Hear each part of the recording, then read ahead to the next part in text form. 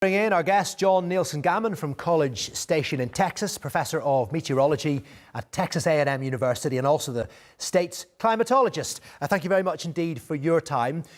So there are warnings of catastrophic consequences of this storm. What's the latest update? How long before it makes landfall? Well, the eye is expected to make landfall probably sometime tomorrow morning, perhaps pre-dawn hours, perhaps after sunrise. But the impacts of the storm will be felt far before that as it begins picking up steam and moving toward the north, toward Jamaica.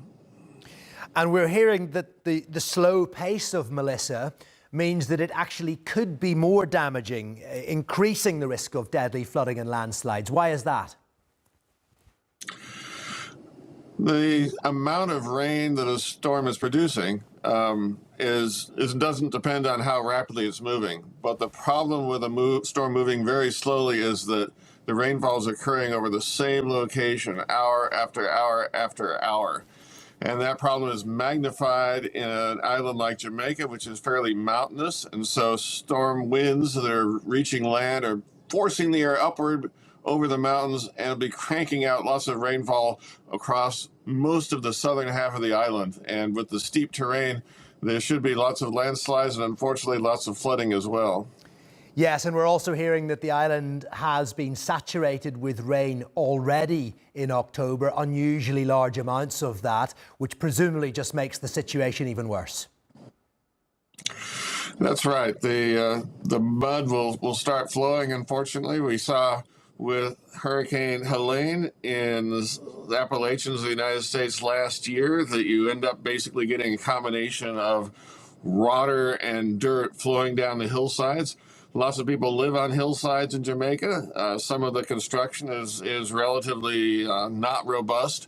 And so I expect, unfortunately, there'll be lots of damage associated with this storm and loss of life as well.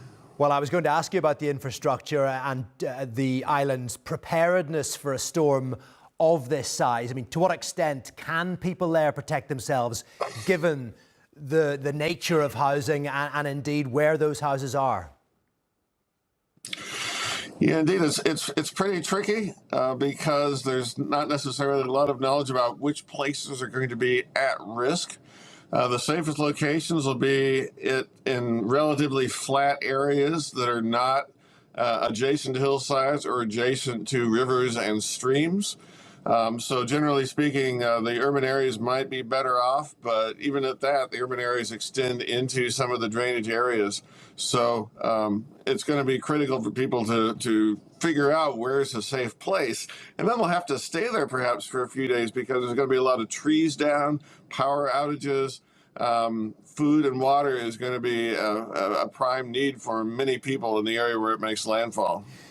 Yeah, well, hundreds of shelters, we understand, have been set up and people have been given orders to evacuate certain areas. But we know from history, when we see storms approaching many parts of the world, often the public do disregard those orders, don't they, for a number of reasons.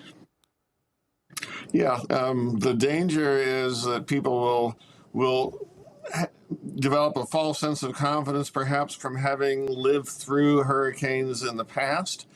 But the challenge is the hurricanes are not necessarily making the same direct hit that they're making this time. Plus, this is a Category 5. We only see those happening fairly rarely. They make landfall even more rarely still.